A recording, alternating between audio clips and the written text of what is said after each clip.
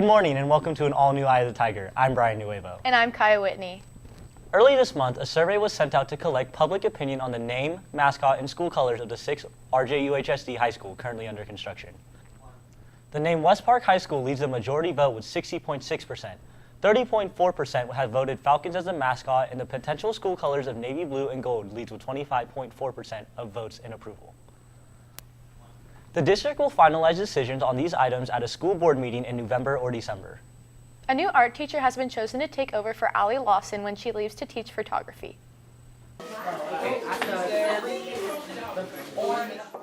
Henry believes that the new art teacher will help inspire both new and experienced art students. And she's a really experienced and warm and kind person, and she's got a lot of experience as far as the kinds of things she's taught.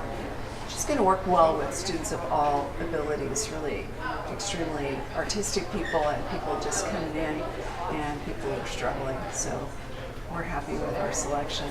Lawson and the new art teacher will begin teaching their new courses after midterms. We now go to Dom Taylor for sports. Good morning and welcome to this Friday's edition of EOTSN. I'm Dominic Taylor. For the fourth time in 4 years, Roseville boys varsity volleyball will begin their season with a new head coach, as now former coach Marco Salcedo announced over the summer he would be stepping down from his position. We go to Carly Duggar with more. After Roseville's boys volleyball championship run last season, volleyball coach Marco Salcedo has decided to step down after only one season as head coach. Marco wanted to coach, but he couldn't anymore because he had other priorities around in his life. But I feel like it kind of sucks because other high schools have coaches that stick around for a long time, and I feel like here at Roseville we don't really get that opportunity to get to know our coach and get used to their coaching style. This sudden change would seem daunting to most teams. However, this group of seniors is used to the spontaneity and cite their togetherness as the binding force of their success. I don't think it's affected that much. I feel like we just play as a team. We're very tight and have good chemistry on our team, so we just play our game. Athletic director Emily Dodds alluded to distance and lack of time to commit to the team based on his job as the reason for Salcedo's stepping down. For him, he lives in Grass Valley, and that commute for him, and he was living in Grass Valley, working in Pollock Pines, and then trying to get to Roseville. And if you look on a map, it's not close, it's not convenient. And he just explained that he's now working, I believe, with his brother-in-law, and they took on 2 big upcoming projects that he didn't want to shortchange the boys by making them an afterthought because his job needed to be the priority. In other sports news, girls varsity water polo lost both of their matches this week to Whitney 16-8 and Ponderosa 16-7. Girls varsity volleyball lost both of their matches as well against Ponderosa 3-0 and Oakmont 3-1. And varsity football has an away game against Consumnes Oaks tonight at 7:15. And that's all in your home for Roseville High School sports, top plays, breakdowns, and more. Eye of the Tiger Sports Network, EOTSN. And now we go over to entertainment. Thanks, Dom. Netflix's newest original series, Neo Yokio, takes a dip into the universally popular anime genre and shows to be a hit. Focused around things this generation knows best, fashion, depression, and occasionally expelling a demon or two, it's hard not to love.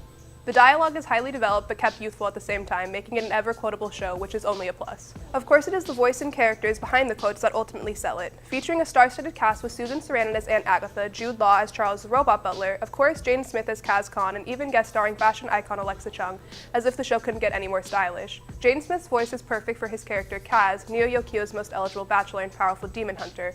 Much like Jane in real life, Kaz often questions the world around him and the worth of material things, but never questions the importance of elegance. This is something most teenagers can relate to, and seeing as that is their target audience, they do a great job with the appeal. Not only does the plot make for an enticing show, but the animation is nothing short of visually stunning. Neo Yokio is what I imagine anime would look like if produced by aesthetically infamous director Wes Anderson, and with a soundtrack of mostly classical and foreign music, it only furthers my point. If I wasn't watching for the plot, I was watching for the experimental animation. Even if you aren't particularly a fan of anime, Neo Yokio takes a step out of the often uniform genre and tries for a more universal approach that I find suitable for everybody.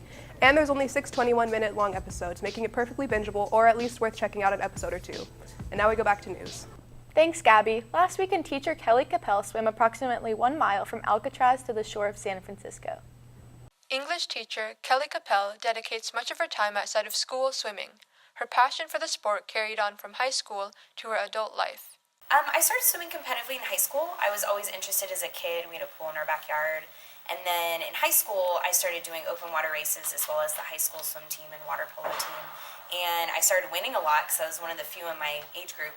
So I just kept going because I kept winning. She swims competitively with the goal of completing 3 to 4 races every summer. For her, swim is 3 days a week at the gym, which she believes is beneficial. It's very social. You'd be surprised, even though there's a lot of time with your head underwater.